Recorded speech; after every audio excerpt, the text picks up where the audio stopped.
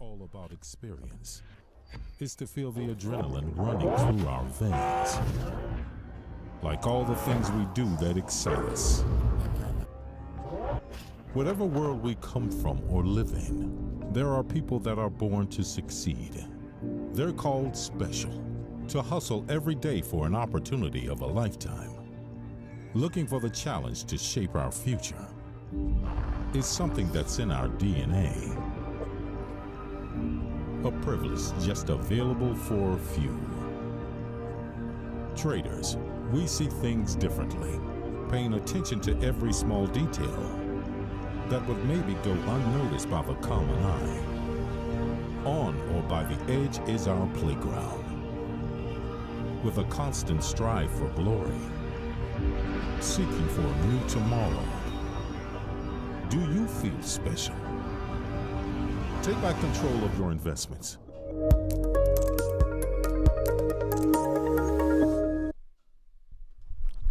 One, two. Good afternoon, everyone. Welcome back.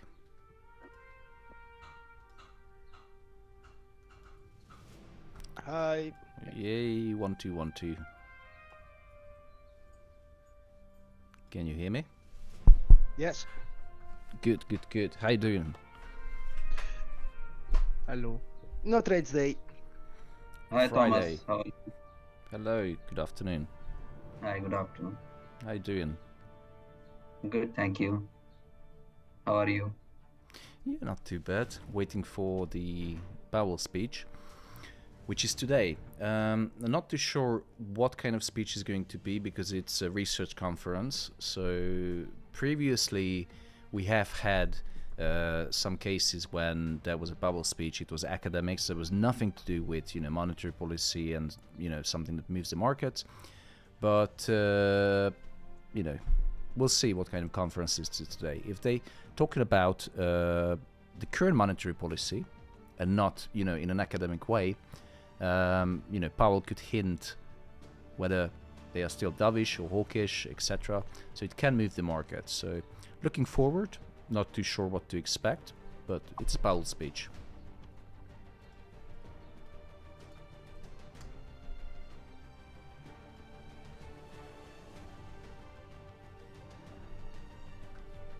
Hello, everyone.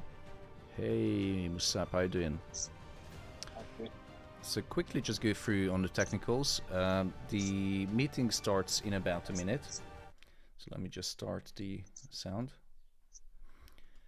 Gold is definitely in a downward direction. Many of the reasons for this is, the inflationary data, which came out this week, the economic data. Also, the optimism surrounding the US debt discussions between the government and, the politicians, and the hawkish undertones from the recent Fed speak, along with some still resilient US economic data, have prompted markets to now forecast a 30% chance of another rate hike in June. And that is pushing down gold lower and lower. So the hawkish commentary and the inflationary data with low unemployment is helping gold to push down. So stick with the trend and how gold moved. And I entered into a sell position. But, price could easily pull back into a little higher where you see the support and resistance. So technically speaking, it's not too sure what's going to happen. But if you look at the fundamentals and macroeconomics, it's definitely downward direction. US 30, on the other hand, is quite risk on. So I entered into a buy position on US 30 and a sell position on gold. Because, safe haven versus risk on assets. What positions do you guys have open? Both, Thomas. I I open have a both. position only on US 30. Mm-hmm. I'm not sure on gold. I had a position on gold, but I exited. Oh, the meeting has started.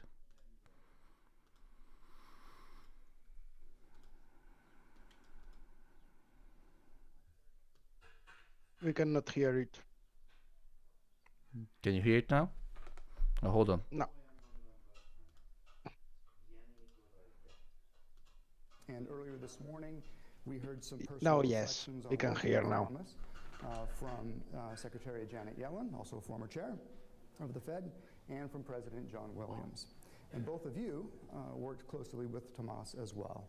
So I'd like to give you both an opportunity to share your own thoughts about Thomas's contributions as an economist. Are they talking about you, Thomas? No. Start with you. Sure, and it's great to be here.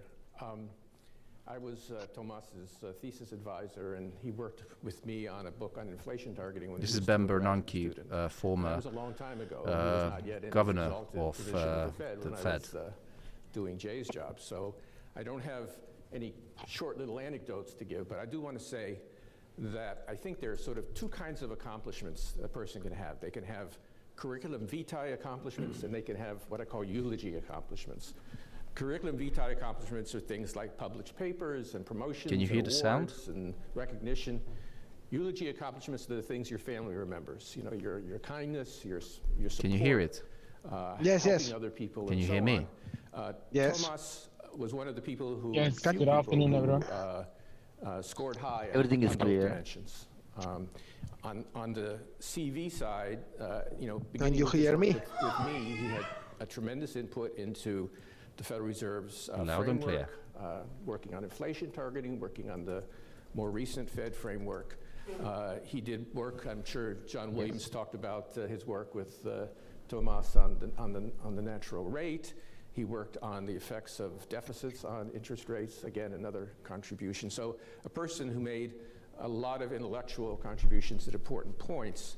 But as a person, he was just a very warm, kind, friendly, helpful person, and he was just a joy to work with. Can't hear the And speech.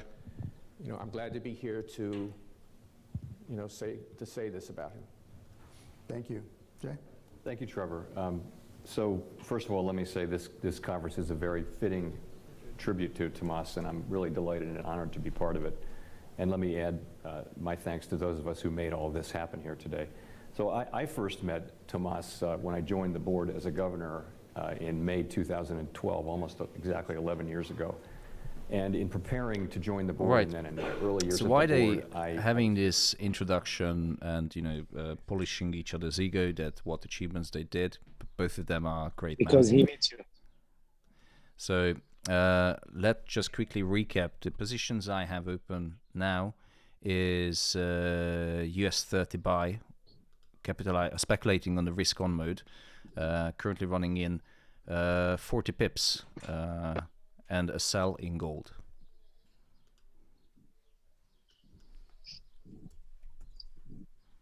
These are the positions I have. Good evening, Alphas. Hey, how you doing, brother? Oh, good. I didn't know the Fed guy meet you before. He said like he's glad to meet Thomas. Yeah, we close relationship. Can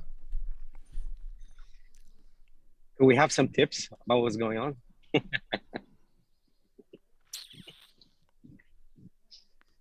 Yes, that he was talking about me. So let's go back. But I will say Tomas really stood out. It's good to be And humble, it was man. during the process of He said reading Thomas has some really of the stood out. Thank you literature so and much. discussing it that I really started to get to know him. He had this great ability to communicate complicated ideas.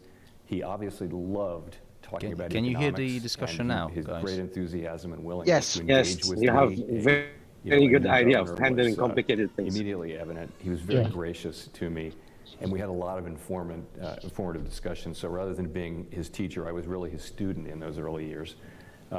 As you know, by the time, as you noted, Troy, by the time I became chair in 2018, Tomas was the head of Division of Monetary Affairs. And in that role, he was a trusted advisor to me and All to right, the just FOMC.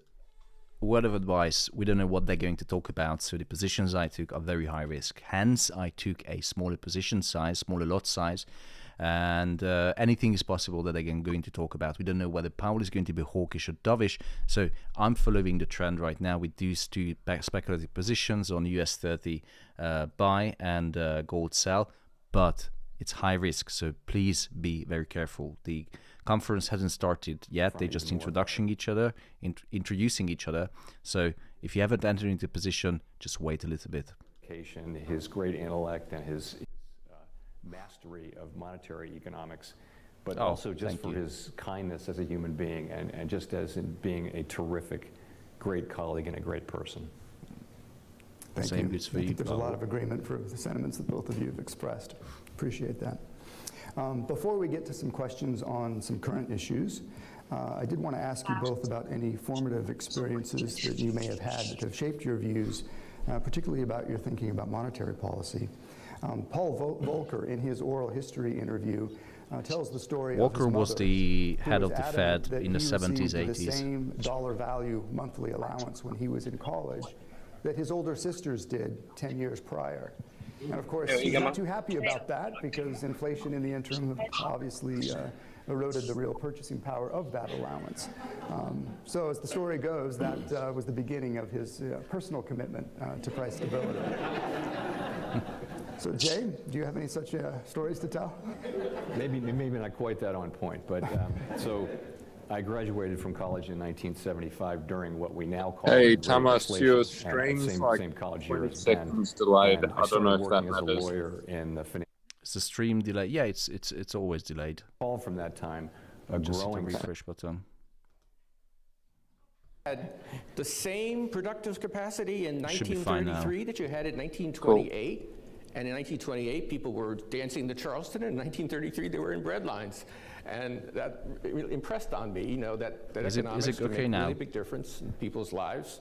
And monetary policy is like that. I mean, it's Yeah, it's quicker than Jay, mine of now. course, and all of you well know that the decisions made in this building have a very broad and real effect on people's lives. And for that reason, besides intellectual fascination, it's worth studying and understanding. Yeah. Thank you. I know that's certainly a key motivation for many people in this room to be working so hard. Okay, let's now turn to some topics of more current interest. And I'd like to start with the nexus between the financial system and the macroeconomy. Both of you, during your tenures as chair, have faced very significant historic financial crises. Ben, obviously you confronted the global financial crisis, and Jay, the global pandemic. Those episodes were clearly acute, very vivid examples of the connections between the macroeconomy Right now and they're the talking financial about system. Historically where they worked. So Ben Bernanke used to work during the 2008 financial crisis, and of course Jay Powell is the current governor of the Federal Reserve. I think they're going to carry on about monetary policy, how it evolved when quantitative easing when it was introduced, and then later on they're going to talk about the way forward, how they're going to tackle the issues that they're facing now: high inflation, slow growth, etc. The banking system here in the United States. So there's not much. We can't really trade historical when they talk about these kind of things. So we have to wait until the discussion turns to the point where they're talking about the current monetary policy and the way forward. I don't know anything about Silicon Valley Bank other than what I read in the paper, so please don't misinterpret this. But it was a classic situation where they had assets that were subject to risk. In particular, as interest rates rose, the value of their long-term assets fell and their capital fell. They had hoped to hedge that by their deposit franchise, where as interest rates rose and interest rates moved more slowly on deposits, that would partially compensate. But they were dealing with customers who were very social media savvy, and that didn't really work. So after the If decline you're in watching capital, the you had stream on YouTube, if I can ask you just to hit the like button, the thumbs up button, because we have how many? 350 people watching and only 65 people hit the like button. So please hit the like button. This is a free stream. You get value. The third stage of a banking crisis is contagion, and people looked at other banks and said, oh, they look sort of vaguely like Silicon Valley Bank. They got the same number of letters in their name and all kinds of things like that, and that caused people to begin to remove deposits elsewhere. And finally, the reason this is important is that it ultimately affects credit conditions. And the Federal Reserve is, of course, looking at the effects of bank problems and other financial issues on the extension of credit and therefore on on the real economy. So, you know, in that respect, I think it's very similar to other crises. I think it's different from the global financial crisis in many ways, including its scale and scope, of course, but I would mention a couple of things, a couple of important differences. One is that the impaired asset in this case was U.S. Treasuries, which are very different assets in kind from subprime mortgages, in that U.S. Treasuries can always be valued accurately, and so there's not the uncertainty that was associated with subprime mortgages. And secondly, as the economy... Now the problem is that they're talking about historical monetary policy, and it has nothing to, well, it has something to do with the current monetary policy, but not the decision that they're going to take in the June meeting or how they're going to tackle the current issues that they're facing. So gold started to edge a little bit higher and US 30 a little bit lower because it has nothing to do with the current monetary policy. So if you haven't entered, please wait a little bit until they get to the point when they're going to talk about, you know, the present. Are in much better shape, you know, than they were in these previous episodes. And that makes a big difference, both in terms of the stability of the banks and also in terms of the impact on consumer spending and the economy in general. Well, I guess a major reason that situation didn't get worse, and I think the contagion was very much contained, were the forceful actions, Jay, that you and the Federal Reserve took through the use of your liquidity tools, including the creation of the Bank Term Funding Program. However, in deploying these liquidity tools, that has come at, against this backdrop where the preeminent monetary policy concern is high inflation. And that's, of course, a little different from some of the earlier episodes, and has raised renewed discussions about the so-called separation principle, right? And so I wanted to ask you how you think about the use of financial stability tools and liquidity tools as opposed to more traditional monetary policy tools and how they fit together. It's an interesting question, but I want to start by saying, though, that the overall, the banks and the banking system are strong and resilient and well positioned to deal with the challenges they may face now or in the future. So, as you pointed out, we do have separate tools: monetary policy to achieve our macroeconomic objectives, liquidity, supervisory, and regulatory tools to address financial stability issues. But I see an important distinction between separation, this is the separation principle, separation and independence. Our tools can have separate objectives, but their effects are often not entirely independent. So the tools are complementary almost all of the time because financial and macroeconomic stability are so deeply intertwined. In fact, our consensus statement notes that sustainably achieving maximum employment and price stability depends on a stable financial system. So because it's edging higher, to me, so not likely this to be position, I'm going to delete it, and I'm holding my current position because I have a wider stop loss. But until they talk about the past and nothing relevant for today, I'm expecting gold could edge a little higher and come back to retest this support and resistance. But when what I'm expecting is when they reach the present, and they're going to talk about the current monetary policy, and I think Jay Powell is going to hit a hawkish tone because data was really inflationary this week. So I'm expecting a hawkish tone, which should help to push gold a little lower. Liquidity tools, discount window, and the Bank Term Funding Program to make liquidity available to banks that might need it. And that liquidity supported the stability of the financial system without restricting the use of our monetary policy tools to promote price stability. While the financial stability tools help to calm conditions in the banking sector, developments there, on the other hand, are contributing to tighter credit conditions and are likely to weigh on economic growth, hiring, and inflation. So as a result, our policy rate may not need to rise as much as it would have otherwise to achieve our goals. Of course, the extent of that is highly uncertain. So, yeah, thank you. And of course, I think the effectiveness of those tools is reflected in the fact that the FOMC has actually raised interest rates twice since the emergence of the banking strains. Of course, the purpose of that is to confront the inflation issue. Which brings us to our next topic, which is in fact inflation. Okay. You know, in the pandemic and the Now we aftermath, start to go into the current issues that the central bank is facing, which is the high inflation caused by, you know, the supply and demand side shocks during the COVID, and also the wage inflation, which is a big problem right now. Can present to a central Oh, bank. there you go, supply shock. And that's also raised a lot of questions in academia and in policy circles as to whether or not the inflation process post-pandemic is going to look quite different than prior. Jay, maybe we can start with you. A number of folks have argued that we are entering a new period where supply shocks will be more frequent. Would love to hear your views on whether you think that's a possibility and what that might mean for central banks. So it's a great question, and it's one I think we'll be dealing with for quite a long time. And I'd say it's certainly possible that we'll US see 30 continued supply shocks. just I also retested the think it's trend just line, very hard to so I'm still in a forecast buy that with position. any I'm going to hold confidence.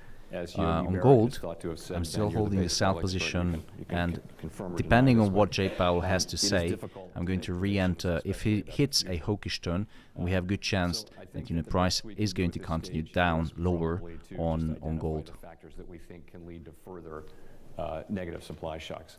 I will say that, though, that positive supply shocks related to globalization largely probably contributed significantly to the period of low inflation that either ended or was interrupted by the onset of the pandemic. And I'm thinking there of the vast increase in global labor supply, the development of efficient global supply chains, you know, facilitated by technological advances and things like that. And I would say those positive supply shocks do not seem likely to be repeated. At the same time, the drivers of the current inflationary surge certainly included a sequence of large negative supply shocks to the global supply chain for goods, which also experienced a large and persistent shift in demand from services to goods, and also the supply of workers. On top of that, Russia's war against Ukraine brought further shocks to global supply chains, particularly supplies of energy and non-energy commodities. So we can't know how persistent those shocks will be or whether further negative supply shocks will come along. Will globalization be partially or fully halted or reversed? Will it resume again as the pandemic mercifully recedes into memory? We can't really know that now. But for policymakers, the bottom line is that central banks will continue to be responsible for providing price stability, and that will require us to navigate whatever additional supply shocks do occur. So as Tomas and Ben and their co-authors wrote in the inflation targeting book, what a central bank can do is control inflation. And that is true over time, even in the presence of supply shocks, should they come. Ben, I'd love to hear Still your views on nothing this. meaningful about the current monetary policy. Just talked about, yes, the Fed is on top of the game, and you know they can control inflation. And now the pandemic. But nothing And specific. the pandemic So just I makes it think harder for policymakers if they continue to understand be what's happening and to hawkish, or if they start to be appropriately. hawkish, In this is a good particular, level to the sell. pandemic, But just wait a little scrambled the bit, labor see market, made it you harder know to where the judge conversation the is state of the heading. labor market. The opening led to a very extended rise in commodity prices, which was difficult to deal with. We had supply chain issues, which was pretty much a new thing, which was also a contributor to inflation. So there are many features of the pandemic that made this an unusual episode and a difficult episode to address. That being said, I think that, and I've done some research on this with Olivier Blanchard that we're presenting next week, the basic mechanisms I think are still the same. But you have a bunch of bad shocks, that's going to give you a problem. But the underlying mechanisms of supply shocks and tight labor markets and so on are really the same. So I think, you know, I don't think there's been a major change in the underlying process that generates inflation, only a series of shocks related to the pandemic that gave us this episode. Going forward, I agree with Jay that we can't predict, you know, what new shocks will come. We've got new technologies out there that might, you know, make big changes in our economy. We've got, you know, green investment, things like that might affect the price and availability of fossil fuels. And so there are many, many things that we can't predict. But I think that broadly speaking that the inflation Okay, now process has closing not down the changed, sell and it's of gold and one booking a aspect of that, which is 2,000 very pound good loss, news, unfortunately. is that the Federal Reserve's credibility has helped keep US inflation 30 position is still particularly longer-term inflation expectations buy, reasonably still well holding anchored, that. which is always sort of the first step. And in waiting for getting another control of sell, inflation. depending on the conversation. You mentioned the role of the labor market tightness in the inflation process. I think it's quite striking that right on the eve of the pandemic, the unemployment rate was around 3.5%, a 5-decade low. Yet at the same time, inflation was kind of struggling to get up to 2% on a sustained basis. Here we are in 2023. The unemployment rate is roughly at the same level as it was prior to the pandemic, but of course inflation is far above 2%. So in that context, should we be thinking about the relationship between slack in the labor market and inflation differently? Do we not have the right measures of slack? Is it the problems with understanding what the natural rate of unemployment is? Entering into a sell now, holding the stop loss at around 1985-6, depending on your position size. I don't know your circumstances, but my position is the new position is this one right here. Over time has begun to put more weight on things like the vacancy to unemployment ratio, which seems to give a better signal in a period of change when the labor market matching process is in change. Than the unemployment rate. So there has been some scrambling of those signals.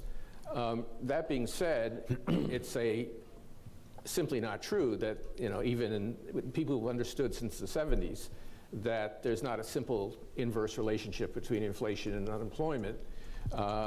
In particular, what can break that relationship is supply shocks. And so during the 70s, we didn't particularly have tight labor markets most of the time. We had high inflation, because we had oil price shocks, which the Fed did not respond to adequately. B, because inflation expectations were not well anchored. And there was a strong tendency for price increases to feed into wage increases, to feed into price increases. So because of the presence of supply shocks and inflation expectations dynamics, there's no reason why low unemployment and high inflation can't coexist. But the remedies might be, depending on the situation, might be somewhat different. Jay, how are you thinking about that? So I'm very much in agreement Tomas? with that. It's certainly true that we had. I just saw a before and after news the thing. pandemic, I hadn't verified it yet. inflation Says very- Janet unemployment very Yellen low, tells bank close to CEOs 3.5%. more mergers may be necessary. What was this? Sorry, repeat that. I just saw a news thing. Like I said, I hadn't verified it yet, but it says Janet Yellen tells bank CEOs more mergers may be necessary. Just came out. Where do you read that? Because that is quite bullish for gold, because it's a safe haven asset. Let me see if it gives the source they got this from. Feature of inflation when it first spiked in spring of 2021. By contrast, I do think that labor market slack is likely to be an increasingly important factor in inflation going forward. In particular, inflation in non-housing services is showing signs of real persistent. In this highly diverse sector, labor costs are a high proportion of total costs, and that sector happens to account for more than half of. See anything that in there? I'm not. The core Oh, here it is. PCE index. CNN. They got it from. But all of this, the point is, all of this can be explained, I think, using our standard framework for understanding labor market slack. You could That say may have been part of this the way that the natural rate of employment probably rose sharply as the pandemic severely disrupted the labor market. And the implication of that would be that an unemployment rate of, say, 4% indicated a much tighter labor market in 2021 than it did in 2018. And as Ben mentioned, of course, after the pandemic, we began looking at much more closely at alternative measures, particularly vacancies, but also quits, which have been signaling even greater tightness than the unemployment rate alone might have. Now he's talking about the labor market, which, as you know, labor market in the US is 55 years strong, the strongest in 55 years. So it's very low unemployment, which causes a wage inflation. Now, during the Trump era, immigration was capped or limited. Skilled workers entering the US, which also had an effect on the labor market today. There's a shortage of labor, aging workforce, and also the pandemic-caused supply and demand side shocks have led into a rise in wages, which is causing wage inflation. Market slacked, but the Phillips curve was once thought to be fairly steep. After flattening, relationships in the economy, like the Phillips curve, evolve over time. So I would not characterize that as a problem for our understanding of inflation. Very good, thank you. Maybe we can pivot here to the topic of central bank communications. It's widely understood now that the better the public understands the conduct of monetary policy, the more effective it will be. But fostering that type of understanding really requires a lot of communications. This isn't a good topic because central bank communication, forward guidance, etc. Not too sure about if it's relevant for the current monetary policy because it's not going to tell whether they're going to raise interest rate in the June meeting or not. Ben, you've obviously played a critical role here, advancing the FOMC's communications, including the introduction of press conferences after FOMC meetings, the introduction of the summary of economic projections. So what changes over this period since the communication, say, revolution began, would you highlight as being some of the most effective, most important, and where do some remaining challenges exist? Well, let me talk about communication because I think you need to understand that it serves multiple purposes. I mean, one of its purposes, the narrow purpose, is to try to align market expectations with the Fed's own thinking. I think that goes back to Alan Greenspan. If you go back to 1994, the first FOMC statement. I mean, since then, the Fed has tried at least to give some indication of what it's thinking and what it sees as the risks to the economy. But beyond that, you mentioned transparency and accountability. Now it goes back again in history, which is not something that tradable on the market because he's talking about historical, the past, nothing relevant today. To do that is explain what we think, what we're doing, and how we're going to go about that. There's other reasons for communication. One I would talk about is feedback. We're having a conference here.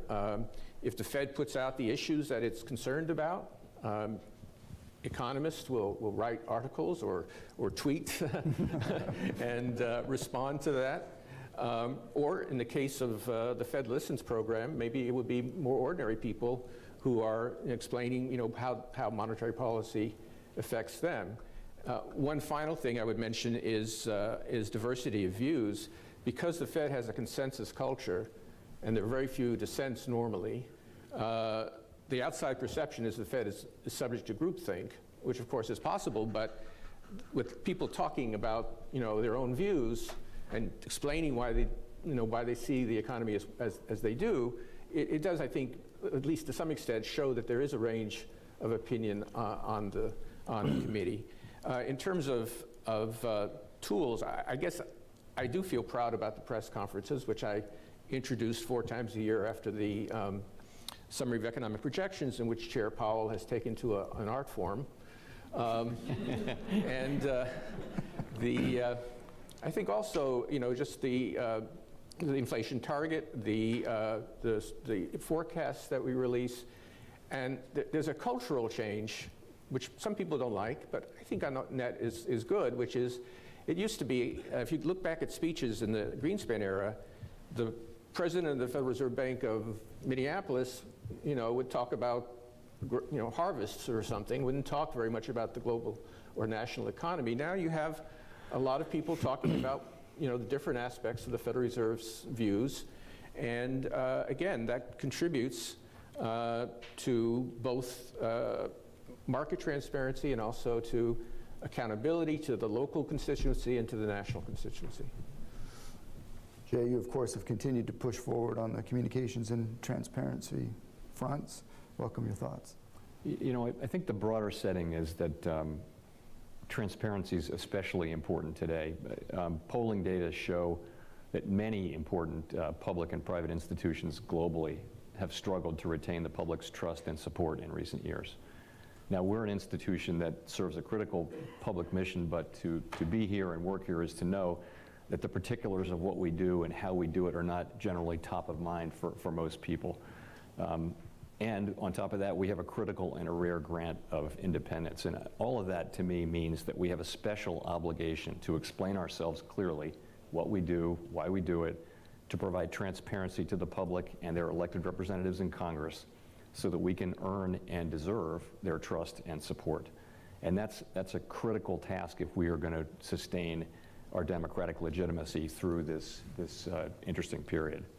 My colleagues and I really take that as a primary and affirmative, proactive obligation and not something we see as a burden or of second order importance. So in that spirit, to your point, we have followed the example of Chairman Greenspan beginning in 1994 with the first post-meeting statement, through Ben's innovations and Janet as well, in looking to foster greater transparency and accountability. And a couple of examples we now do. Again, now they're still talking about, the historical achievements, what they built up, and how the monetary policy have evolved. Now, this is a research conference which, these conferences are highly academic, so it's not much to do about day trading and, how to do monetary policy today. So when they talk about, historical things, it's not something that we can trade on, unfortunately. So I closed a loss on gold. US 30 is still holding.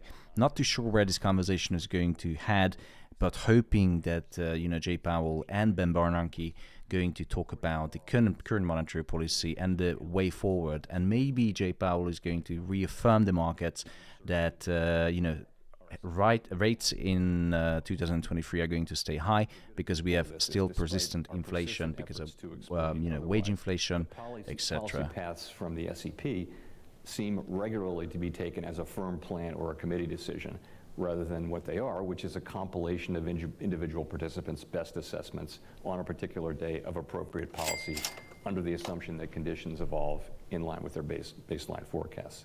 So that's just a challenge that we constantly face in the context of great uncertainty.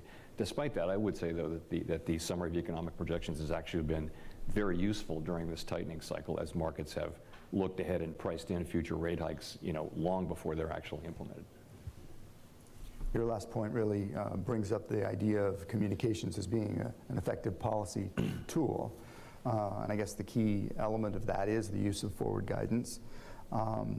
Jay, in one school of thought, forward guidance is a tool that should really only be deployed when interest rates are at the effective lower bound. And so you can no longer provide accommodation by lowering rates further, and so you do so through communicating about the policy path in the future.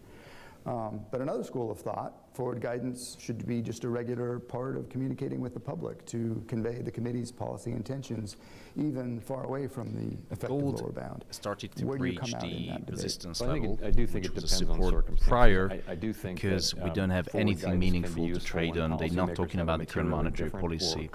So view of the likely let's just wait. Policy than does the interested public. I would agree at the effective lower bound when we need to provide more stimulus by indicating an intent to keep policy accommodative longer than the public expects. There's a use case there. I also would say, though, that communication comes with a cost of misinterpretation, and it also may limit flexibility. So I think we should use forward guidance sparingly when the course of policy is either reasonably well understood or, on the contrary, is so dependent on uncertain future developments that little really can be said constructively about the future. And a good example of that was the March 2020 FOMC meeting. The pandemic shutdowns were just beginning. The level of certainty was almost unimaginable, and we chose not to issue an SEP at that point. Really, our view was that releasing a forecast at that time might have been more of an obstacle to clear communication than a help. In contrast, as I mentioned a minute ago, forward guidance has really been a useful and effective tool during the current tightening cycle, as financial conditions have tightened well in advance of actual rate increases. The 2-year tightened between the September 21 meeting and liftoff in March of 20. It tightened by 200 basis points before we ever actually lifted rates, and that's significantly because of our communication. So in the current context, until recently, it's been relatively clear that further policy firming would be warranted, and our forward guidance has said so. All in Now, SAM, however, we've come those a of long you who way don't in know, policy all in tightening, SAM, and the stance of or policy full is margin restrictive, SAM, and we face appeared uncertainty on about the the lagged effects of our YouTube tightening so streams far, a while and about the back, extent and of current tightening he made, I can't remember was it a buy or a sell, but he went all in. He made it big. The next day wasn't so lucky. So I'm following his comments quite regularly. And he said gold is going to go up today, and currently gold is going up. So Sam, well done. That assessment will be How an did you know? ongoing one as we move ahead, meeting by meeting. Having come this far, we can afford to look at the data and the evolving outlook and make careful assessments. Thank you. Jay, you mentioned that guidance can be useful at times when the public may expect a very different policy path than policymakers. How do you think about those sorts of situations? You're right. So recently it has sometimes been the case that markets appear to be pricing in a different rate path than the committee expects will be appropriate. But I would say that that disconnect does not seem to reflect a misunderstanding of our reaction function or a lack of belief that we'll do what's necessary to bring inflation down. Rather, it appears to reflect simply a different forecast, one in which inflation comes down much more quickly than the committee participants think is most likely, perhaps due to a significant downturn. I would say also, so far the data have continued to support the committee's view that bringing inflation down will take some time. Moreover, something we often don't remember to think about is that market prices always reflect both expectations and compensation for risk.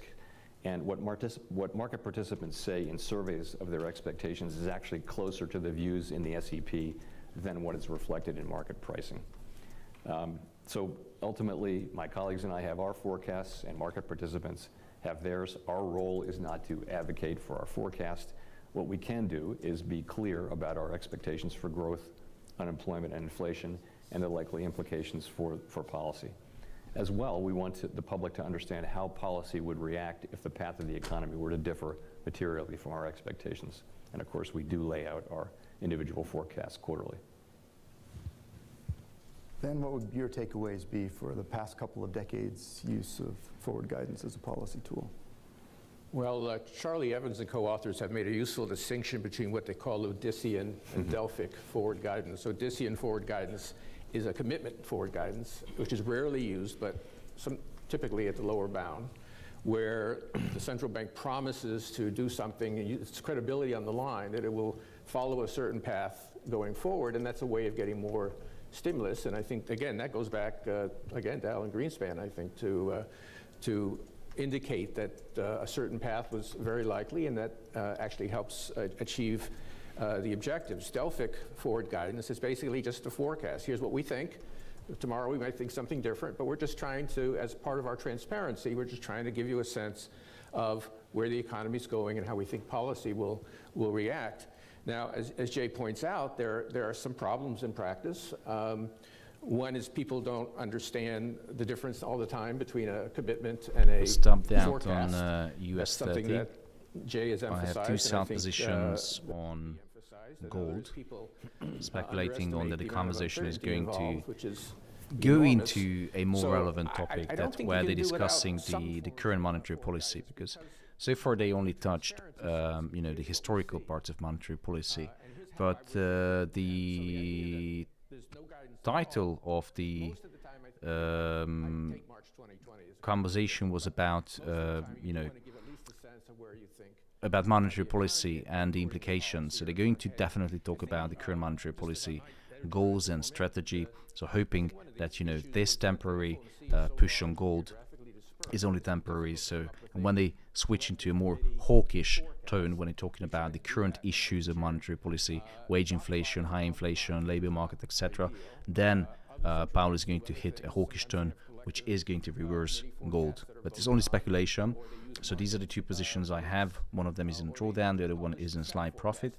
US 30 got closed out, but hoping to enter into another position soon. But again, letting people know sort of how the central bank sees the evolving situation, even if there's lots of uncertainty, which you can say, normally is part of transparency. So you highlighted uncertainty as being a key factor in dealing with some of these issues. Obviously, uncertainty is a pervasive feature of monetary policy making, and often invokes, the so-called risk management approach to making monetary policy. Maybe we can start, Jay, with you on this topic. The FOMC's raised the federal funds rate by 5 percentage points in a little more than a year. That's a very rapid pace by historical standards, as we all know. How do you view those actions in the context of the uncertainties that you and the committee faced about the economic outlook, and how did risk management considerations factor into your decisions? So I'll start by remembering that Alan Greenspan famously said that pervasive uncertainty was the defining characteristic of the policy landscape. It's worth remembering that he made that comment during what we now think of as the Great Moderation. So that statement has never been more apt than it is today. If you look back, the pandemic, the global shutdown, the historically forceful response and the reopening, all of that had no modern precedent. So it has been a time of historically elevated uncertainty and of unexpected outcomes. No advanced economy had ever faced a shutdown and a reopening, and now all of them would face it at the same time. So no matter what happened, the outcome was going to be unprecedented. So this level of uncertainty posed real challenges for policy and policy communications. On the one hand, we had to be nimble to be able to respond to the evolving situation.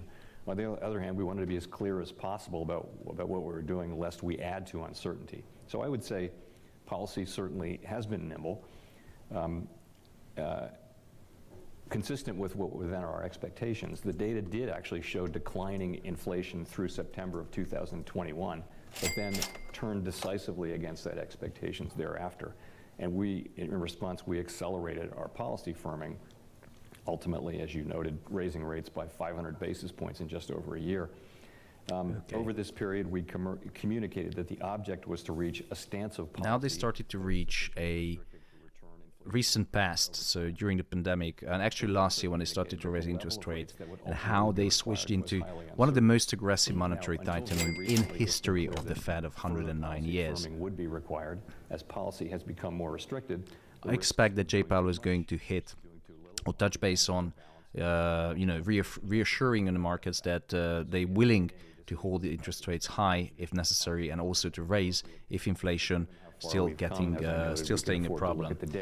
So still holding the sell position on gold, because I think that it's a good opportunity for Jay Powell to reassure markets and strengthen the position of the Fed that they're not joking around. They're going to hold interest rate, and also they're willing to raise interest rate further. So this is the two positions I have open, and I'm looking at US 30 to re-enter on long position. Get revised, several times down the road. I remember when I was sitting just as a member of the board, and Greenspan was in the chair, and we had responded to some inflation data, and a little bit later, it turned out that inflation change had been revised away. And I asked the chair, do you think we can revise our interest rate policy? It is very difficult. I mean, got to laugh with that, but just trying to make policy, it involves not just uncertainty about, the data, about the model, about all the things that can happen, about the social and economic and political environment. So it's very difficult, and unfortunately, or fortunately, given that monetary policy works with a lag, given that there are risks on both sides of the modal forecast, there's not much choice but just to accept that uncertainty and try and do the best you can, being ready to adjust as new information arrives. Very good, thank you. We are getting close to the end of our allotted time. Maybe we could wrap up with just a question looking ahead. Jay, maybe we can start with now you. They're going to talk about what would you point to as some near of future the key issues that will be most relevant to the research community as well as to the policymaking community?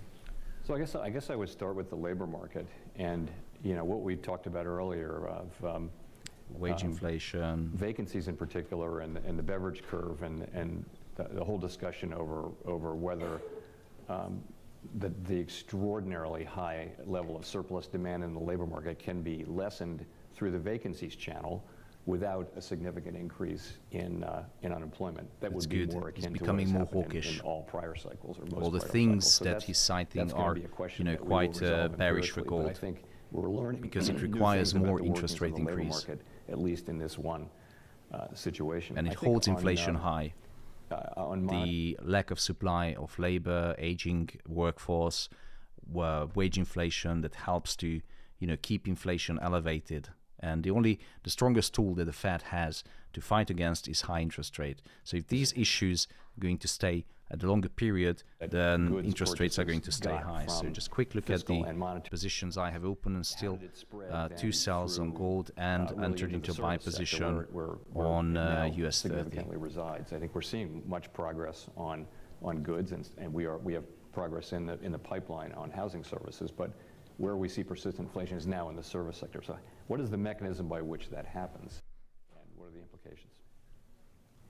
Ben, you have the last word.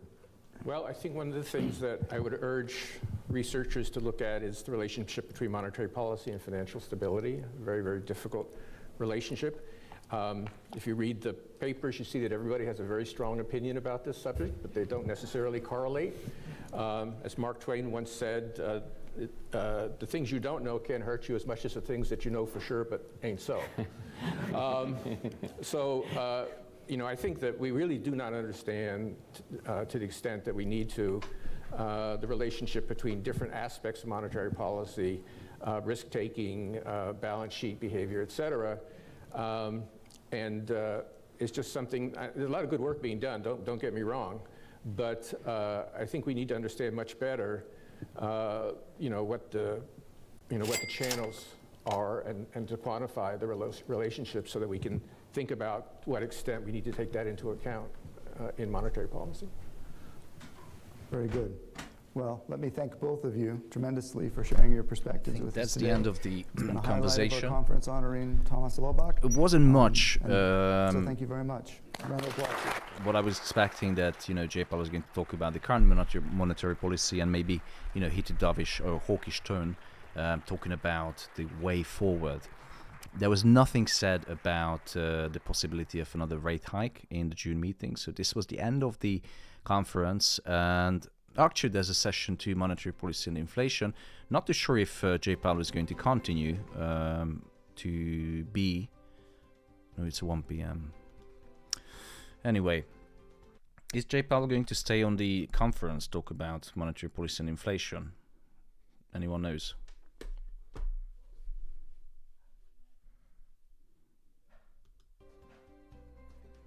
Or he left. So let's have a look on the positions.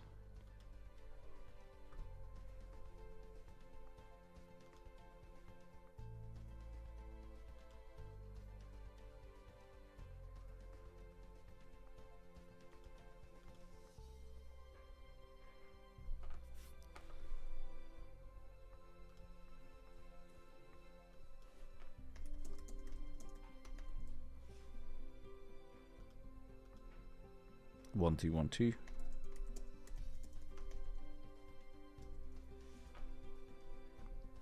I like your US 30, Thomas.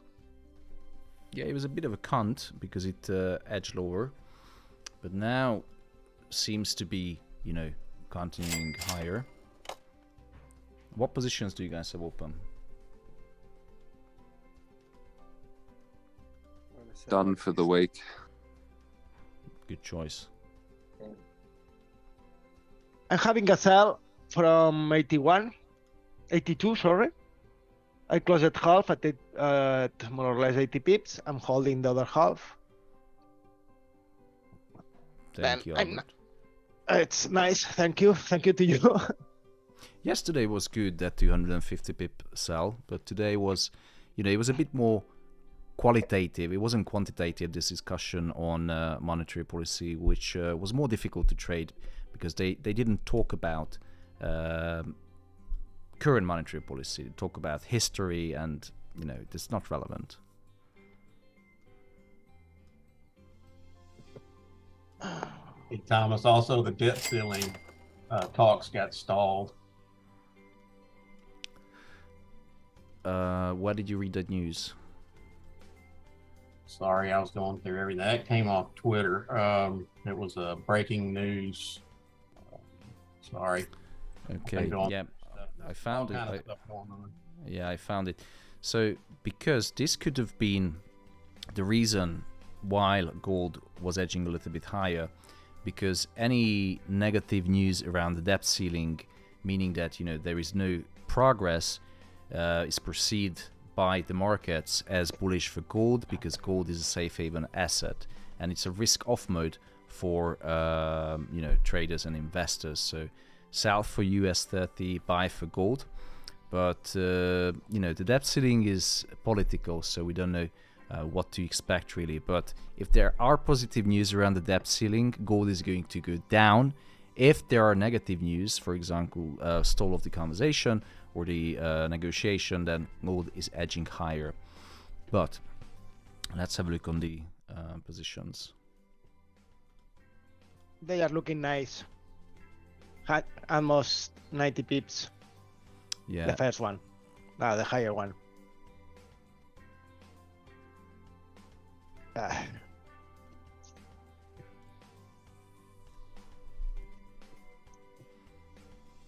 We have another speech on Wednesday, right?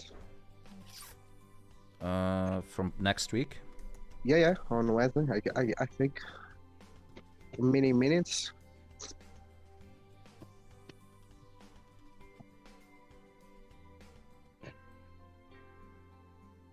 Oh, that's just the FOMC meeting minutes from the May FOMC meeting.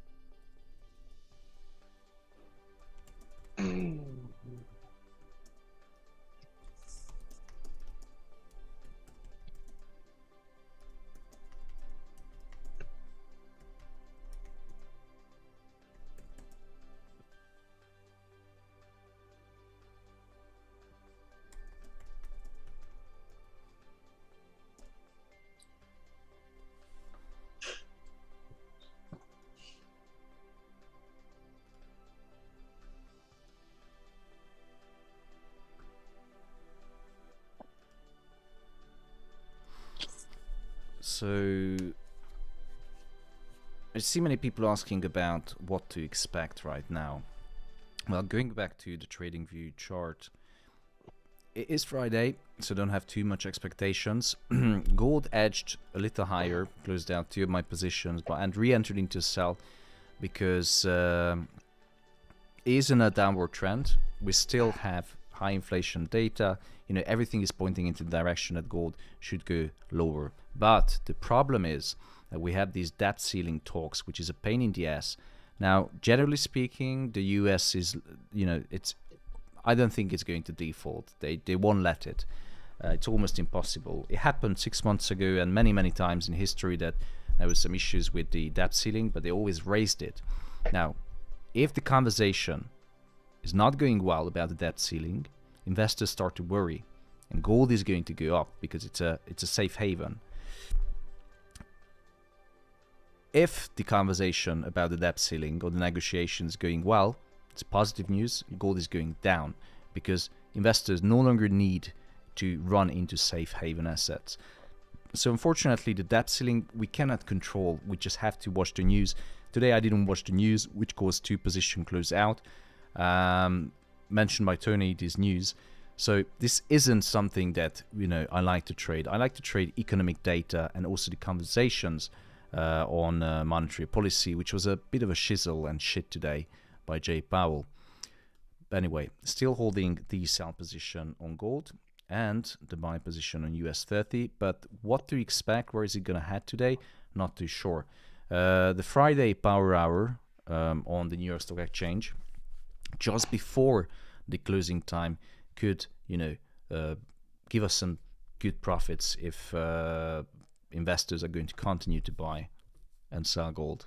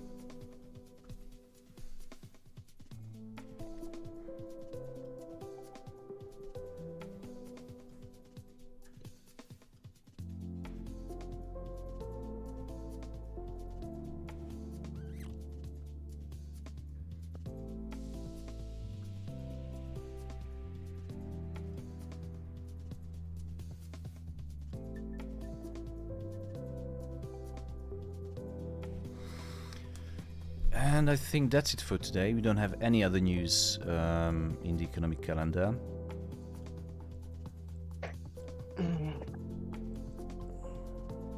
Just before we go, can we ask one question? Quick question. Yeah, sure. If I'm first time encounter with the debt ceiling case. If the debt ceiling has been, set to be more higher, will there be any side effect on the treasury bond or some sort of yielding? Jean, can you just repeat the question? Sorry. Oh, okay. If the debt ceiling has been raised, then the treasury bond will it have any side effect? Yeah, of course. The debt ceiling is going to have an effect on all of the markets, yields as well, of course. To be honest, I'm not too sure how to answer this question and what effect it's going to have on the US government yields. But if you look at the yields, go to TradingView, and let's look at the 2-year Treasury yield.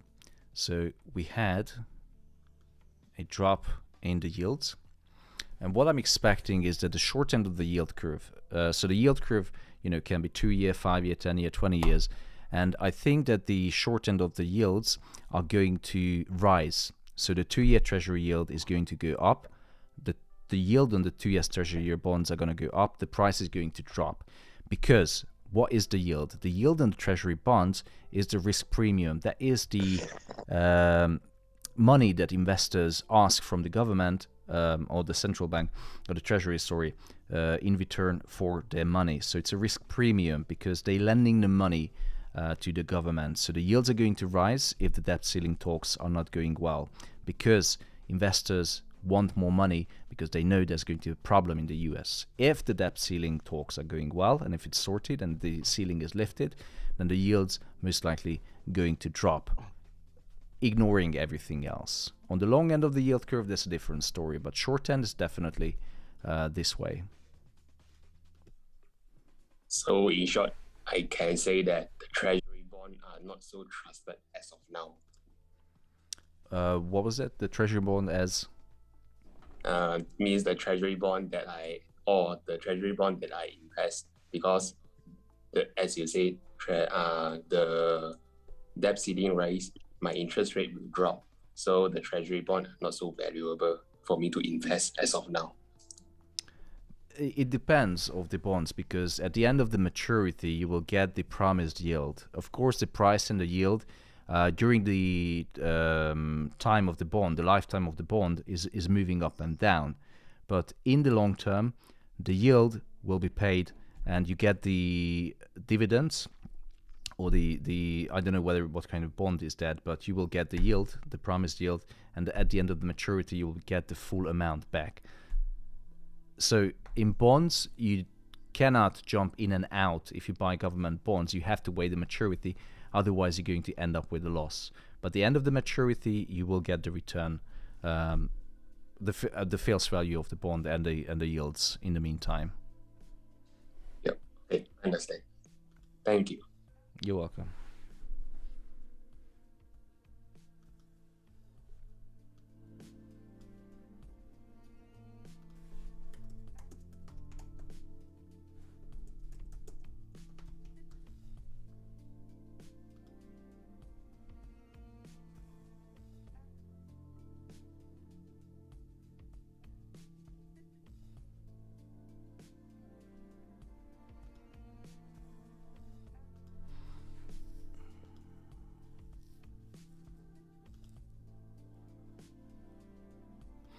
Right, so the conversation or the conference has been ended. It wasn't exactly how I expected. It's a very academic, backward-looking kind of conversation, which, wasn't what I expecting anyway. Made some losses on gold because started to pump due to the debt ceiling discussions, but luckily recovered and made some more profit on the sell from 1985. US 30, not too sure where is it going to head, but I'm going to lock the positions, the profits, because it's Friday and weekend is coming. And I think that's it for today, guys. There is no other news or economic events in the calendar. There will be a Lagarde speech at 9 o'clock, which is a very weird time, but it's Friday, weekend is coming, so going to lock in the profits, recovered some of the losses. I wish you guys a good weekend and see you all Monday 8:30 for the morning briefing. Thank you, Tom. Thank you, Thomas. See you You're Monday. welcome. Bye-bye. Have a nice weekend, Miles. Thank you.